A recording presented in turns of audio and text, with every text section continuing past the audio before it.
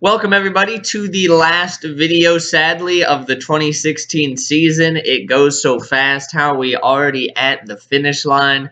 It's crazy. If only football was a 30-week regular season, we'd have tons of time left and my team would still be in contention. It would be a win-win. But yeah, I wanted to do a little final team-by-team recap, see how everyone did on the season, and also preview the two big matchups this week. We got two teams playing for a beautiful Crystal Trophy in the championship, and two teams playing for a toilet. So yeah, those matchups will be fun to watch this weekend over the Christmas holiday. All right, but first, let's go ahead and do a little league-wide recap. All right, so let's start with a nice, pretty color-coded graph of points for versus points against on the season. Now, I know this is going to bring some horrible flashbacks of math class to some people, but trust me, stick with it. It'll be worth it. So we have a horizontal axis of points for on the season, how much you scored this year. And the average was 1,911 points, and the standard deviation was 150. I know this is a little mathy, but this line shows two standard deviations above and below the mean for points scored. Now we got a vertical axis of points against. The average was again 1,911. Makes sense. Points for should equal points against, otherwise we have a problem. And the standard deviation was about 80. So this also is about two standard deviations above and below the mean. So this red dot represents basically the most average of teams. 1,911 points for, 1,911 points against. So all that was to set up this. Here we have graphed every single team in the league, and you can kind of see what quadrant you fall in. And again, this horizontal axis, basically that's everything that coach can control. How you drafted, how you traded, who you started each week. Basically, the farther right you are, the better you did this season. Now, this vertical axis, that's up to the fantasy gods. That's the old luck factor. So basically, the higher up you are, the more you enrage the fantasy gods, and the more they rain down punishment upon you. So you can see where you fall in this graph, and basically I love this graph because it's so telling for how our league finished this year, because look at the two teams who are in the championship. We got Gimme the Loot, John Fornecker against 56 years and still waiting Mike Melson. And they're the only two teams in the good and lucky quadrant. So that's the dream quadrant. That's where you want to be. And for our garbage bowl, we have Pat Brown of the Crown. He's sitting in the bad and unlucky quadrant. He's basically been there all his fantasy football life, poor Pat. And we got Ben. Now, Ben technically had an okay schedule. He's sitting there in a lucky quadrant, but Ben's team was so bad, no amount of luck could save him. His team was horrendous. So, when you look at this graph, it makes sense. So, seeing that the schedule makes such a difference, next year we will definitely draw the divisions together at the draft as a group, because I just did it by myself after the draft because we forgot to do it. And I think the fantasy gods punished me for this. I didn't include y'all in the process, and look where I ended up. So, it happens. I'm not bitter about it. It was a rough season. It's okay. I'm not bitter. I'm definitely not bitter, though. All right, so I also thought it'd be fun to take a look at the best and worst of the season. So our absolute low score of the season, we got Ben Weeks in Week 11 with a staggeringly low 81.2 points.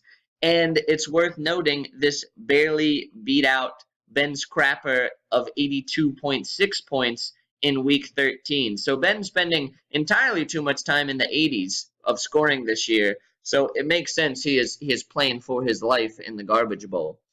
And our season high was Drew Melson in Week 8 with 212.7, an amazing score. Well done. And his three stud players that week, Brady, Rajes, and Cooper, combined for over 100, just the three of them.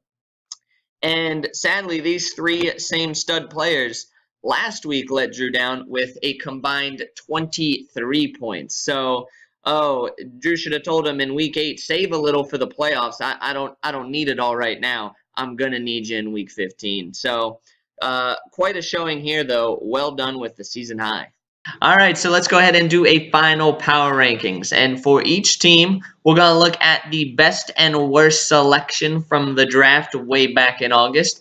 And we'll also compare each team with a current real life NFL squad because, hey, after all, it's fantasy football. We're trying to build our own teams. So let's see which team it equates to. The number one team going into the final week of the season, we got Mike Melson in 56 years and still waiting at 12-3, the best record in the league, and he's had pretty much the best record all year long. He's going for that wire-to-wire championship this week.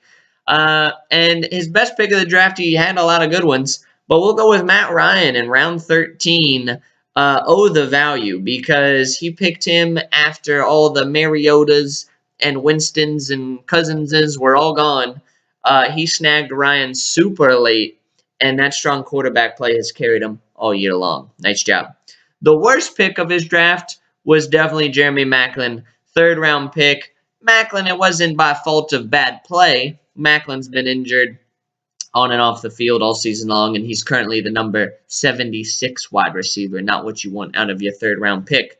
But hey, this team has fought through it and had a fantastic year. So this team's NFL counterpart is the Oakland Raiders.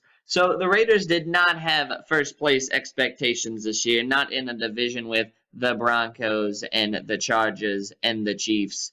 But hey, their strong quarterback play has led them to first place, and they've looked good all season long. And if you don't remember, way back in August when we totaled up the projections on each team, the ESPN projections, Mike Nelson's squad was ranked like 8th. So they have certainly outperformed and been killing it all year long. So this team's the Oakland Raiders. It's not an insult anymore. That's first place. At number 2, we got Gimme the Loot and John Fornecker sitting at 10-5 and in the championship game this week. And he's had a very strong season. His best pick way back in August is probably Melvin Gordon, round 8, who is currently the number 6 RB. That was a fantastic pick, quite possibly a keeper. And sadly, he's injured right now when it means the most. But Gordon has been crushing it all year long. And John's worst pick of the season, there wasn't a lot there. Well done, John. There were no horrible missteps in the draft. Pretty much everyone had some pick that went horribly wrong. But really for John, we'll just say TJ Yeldon in round 7. He's currently the number 28 RB. I think John dropped him. Yeldon has had a meh year at best. But to be honest, a very strong draft and a solid team. So John Fornecker's NFL match is the Dallas Cowboys. So the Cowboys rely on that run game, handing the ball off to Zeke behind their big horses on the offensive line. And John Fornecker's the same way. His team is built on the running back position. He's got David Johnson, Melvin Gordon, Jay Ajayi, LaShawn McCoy. So John relies on that running back position to get him huge points each week, much like them Cowboys. At number 3, we got Drew Melson and Wiz Witt. Sitting at 10-5, has had a very strong year. Had sadly a bad showing in the first week of the playoffs for him, but a very good year. And his star pick was probably DeMarco Murray in the 4th round. A pick that at the time I raised the old eyebrows at because Murray had a very rough year in Philly, and Derrick Henry was just drafted in Tennessee. I didn't think Murray would amount to much, and oh my goodness, he is the number 4 running back and has been so consistent. If you look at his point totals, he's not one of those roller coaster type guys who need 60-yard runs to get it done. He's just been scoring consistent points all year long. Drew's worst pick of the draft was a 4th rounder as well because he had 2 4th rounders, so hit one out of the park, and one was a dud. And that was Golden Tate. Tate has actually rebounded a little bit the past few games from a horrendous start. He, in the beginning of the season, was getting like 2 points a week, and Drew just dropped him. So really got nothing out of that 4th round pick with Tate, but the rest of the draft, very strong and a good team. So the NFL match for Wiz Wit, I thought it was an obvious one. The Green Bay Packers, because Wiz Wit relies on that strong quarterback play. He's got Tom Brady and Aaron Rodgers, so he wants to sling it all over the field. But then also Wiz Wit has Jordy on the team. And oh, I know Drew loved it when the Packers were on. The double points of the Rodgers to Jordy connection was huge for him.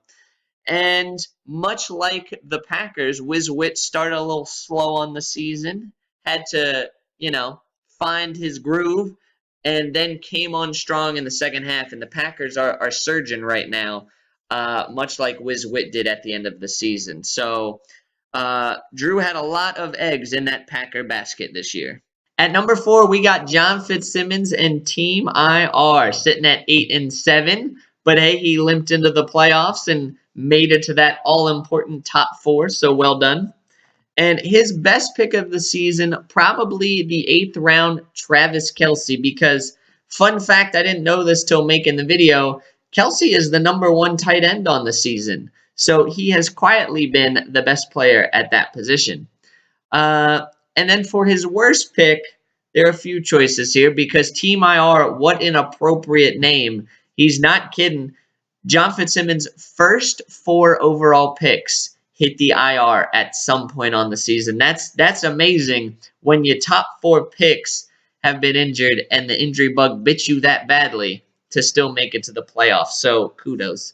But we'll say his worst pick was Sammy Watkins because that was a second rounder that essentially materialized into nothing. Watkins has been injured all year long. He's come back for a few snaps the past couple weeks, but he is the number 104 wide receiver in scoring on the season. And Team IR's NFL comparison, the Seattle Seahawks, because both teams rely on defense and are not going to let you score. So both teams don't mind winning an ugly game. The Seahawks, will win games 12-9, or in the case of Team IR, a 98-92 fantasy football win. And both teams, let the other squad make the mistakes and try to capitalize. So both Team IR and the Seahawks live by the mantra, hey, a win is a win. At number 5, we have Fly Hard 2 and the Commish, currently sitting at 8-7. Finished the regular season 3rd in points, so a pretty good season. Ran into some tough luck, though, and missed out on the playoffs. But the best pick from August had to be 14th round Kristen Michael. Not because he's all that good right now, but because I traded Kristen Michael for Devonta Freeman. I traded Devonta Freeman for Odell Beckham.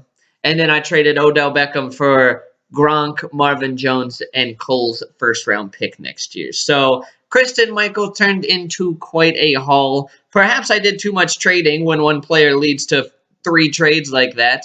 I might have traded myself out of the playoffs. We'll never know. But, yeah, that turned out to be quite lucrative, and the future is bright, seeing as I have an extra first and second-round pick next year. The worst pick of my draft in August had to be Dante Moncrief in the 5th round. He's been all right when he's played, but he's mostly been injured. He's currently the number 77 wide receiver. And lesson for next year, don't listen to all those sleeper lists. Moncrief was all over him. Matthew Berry, I'll blame him for my season this year. Moncrief did not turn out to be the Colts star at wide receiver like he told me. So the NFL match for Fly Hard, we got the New Orleans Saints. And the Saints fit because you look at them on paper and you think, oh, Drew Brees at quarterback, Mark Ingram at running back, Sean Payton at the helm. Wow, they're going to get wins. What a team. And then you see their 6-8 record and wonder how it all went so wrong. So the Saints, they look good on offense. They can score, but the other team scores more and just not enough wins on the season. And this comparison's also fitting because I put too much faith in Mark Ingram and Kobe Fleener this year, 2 Saints who I will never forgive, I'll never draft again, who turned out to be stinkers on the season. So the Saints fit my team and my season quite well. At number 6, we have Dr. Win-It-All and Stephen Griffith, sitting at 7-8, but he had a pretty solid season going into the final few weeks. He had a shot at the playoffs. Could have made a run at it, but sadly came up a little short. We'll say his best pick way back in August was Michael Crabtree in the 9th round because, with Amari Cooper in Oakland, you figured Crabtree would be second fiddle, but he has been very productive this year. The number 9 wide receiver on the season. Nice pick and good value there. The worst pick for Griff is obvious. Oh, it's the pick that was the easiest to call as the worst pick for any team because it was his first round pick at number 3, Adrian Peterson. Adrian Peterson, as we all know, got injured. Could have had a good year, but sadly got Dr. Win It All nothing all year. So kind of a waste of a first round pick.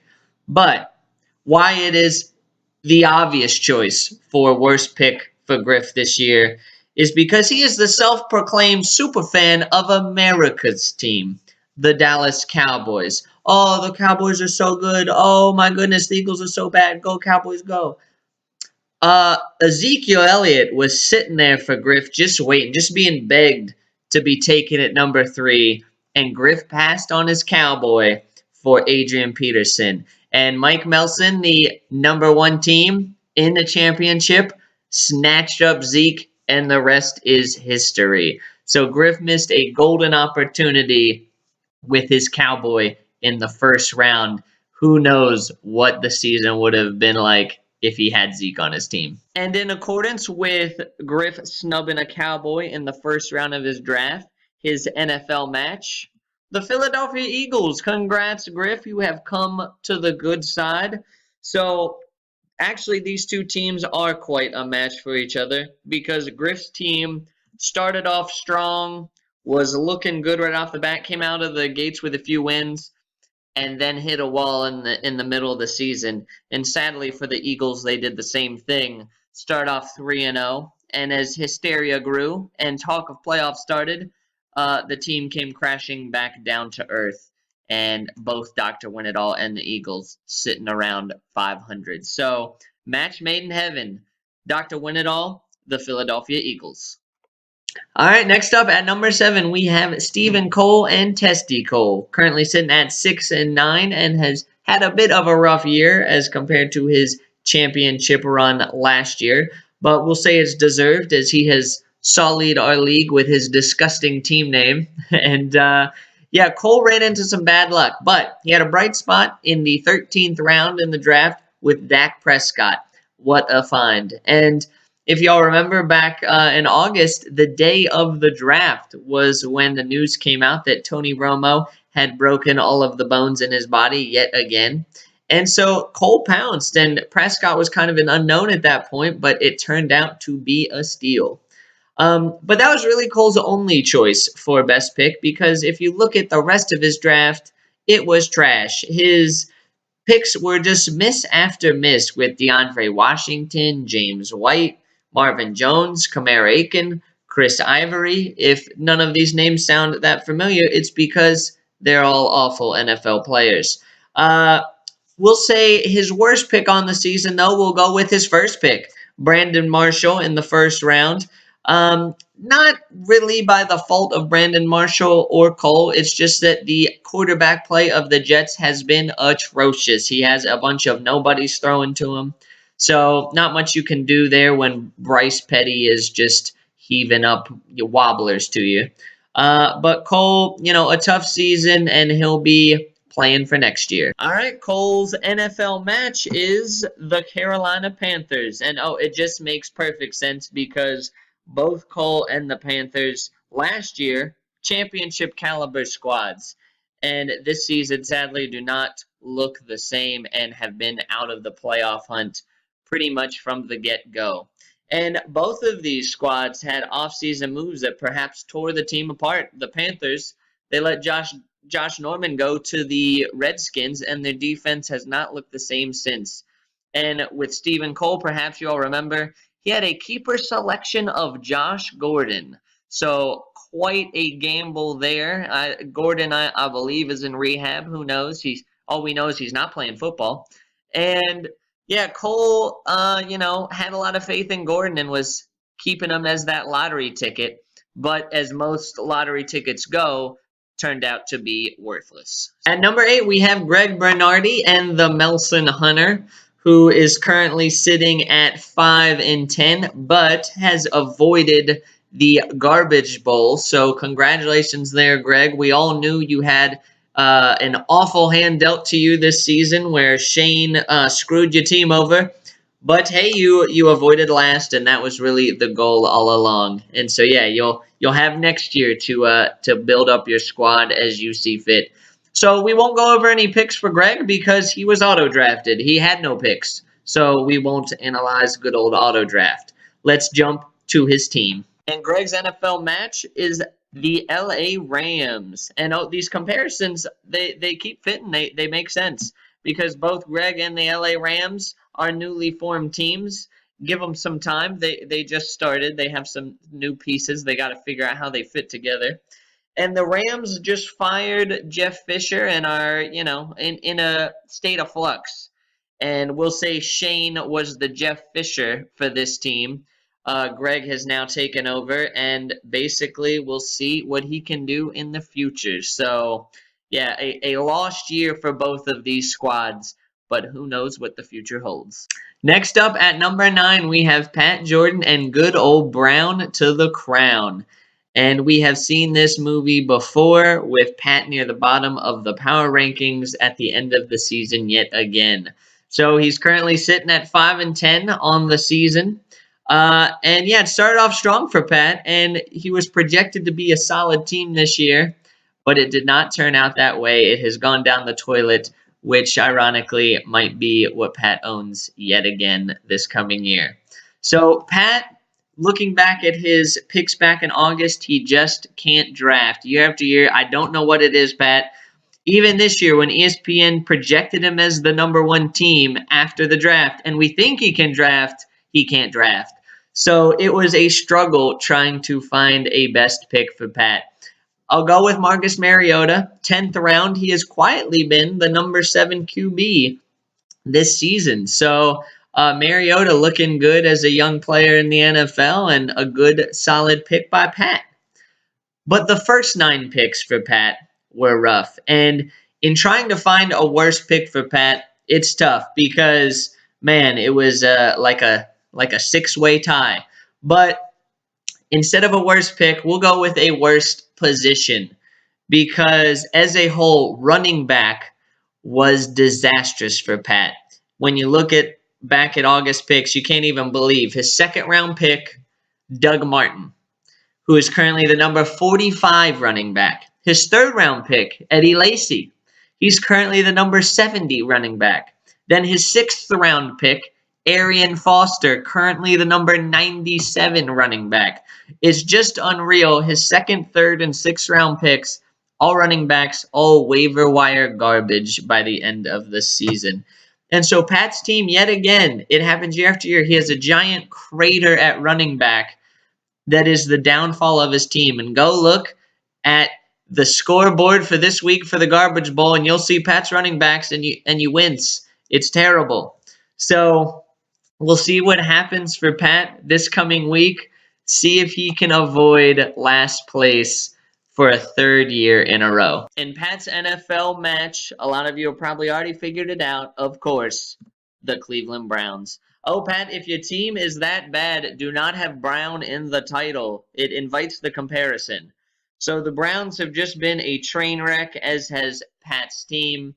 And a lot of people are going to win their survivor pools in the NFL this year because you just pick against the Browns every single week. They're an automatic loss. So the Cleveland Browns are years and years away from being a formidable team. Let's hope that's not the same for poor Brown to the Crown and Pat Jordan. And finally, at number 10, we have Ben Weeks and La Liga Campeones sitting at 4-11 and Pat's opponent in the Garbage Bowl. And Ben has had a train wreck of a season. It has really been bad from the get-go. His keepers of Todd Gurley and Cam Newton haven't lived up to the hype. And, yeah, we'll say his best pick of the draft was Greg Olsen. He was a 4th rounder, so, still pretty early. But Olsen has turned out to be the number 2 tight end and has had a very solid year. Now, his worst pick on the season has to be Jamal Charles, 1st rounder. Jamal Charles has been out almost the entire year. When your first round pick has 13 points on the season, you know it's going to be bad. And Ben, I thank you though, because if you didn't draft Jamal Charles at number 6, I was probably going to take him at number 7. So I appreciate you falling on that grenade for me early this year. So Ben, he can still avoid last place with a win this week. And Ben's NFL match this year is the Jacksonville Jaguars. The Jags play in arguably the worst division in the NFL in the AFC South, playing the Colts, Texans, and Titans. Yet they still are not in contention, just can't get any wins, and are really just an afterthought in the NFL. And Ben, we saw the average, if y'all were taking notes earlier this video, the average points against was 1911. And Ben is well below that this year, but still couldn't take advantage of his good schedule and good fortune. His team was just too terrible, much like the Jags. All right, there you have it. Those were your end of the season power rankings. Let's take a quick look at the championship and garbage bowl matchups. Give me the loot against 56 years and still waiting. And if you look at the projected totals, ESPN projects a comfy win for John Fornecker. But if history has taught us anything, that's almost bad news for John because the projections seem to be so very far off. If you look at the player matchups, John actually has it a little bit tougher. All his guys are on the road for the most part, especially his Cardinals, his favorite. They are playing at Seattle, which is always a tough one. Meanwhile, Mike Melson's squad, most of them are playing at home. So talent-wise, you got to give me the loot. Matchup-wise, you got to 56 years and still waiting. So it should be a good one. For the garbage bowl, we got Ben against Pat.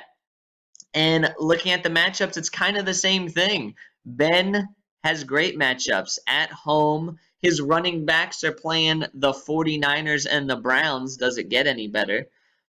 Meanwhile, Pat's team mostly going on the road, and he's already had 2 guys go, and it did not go well.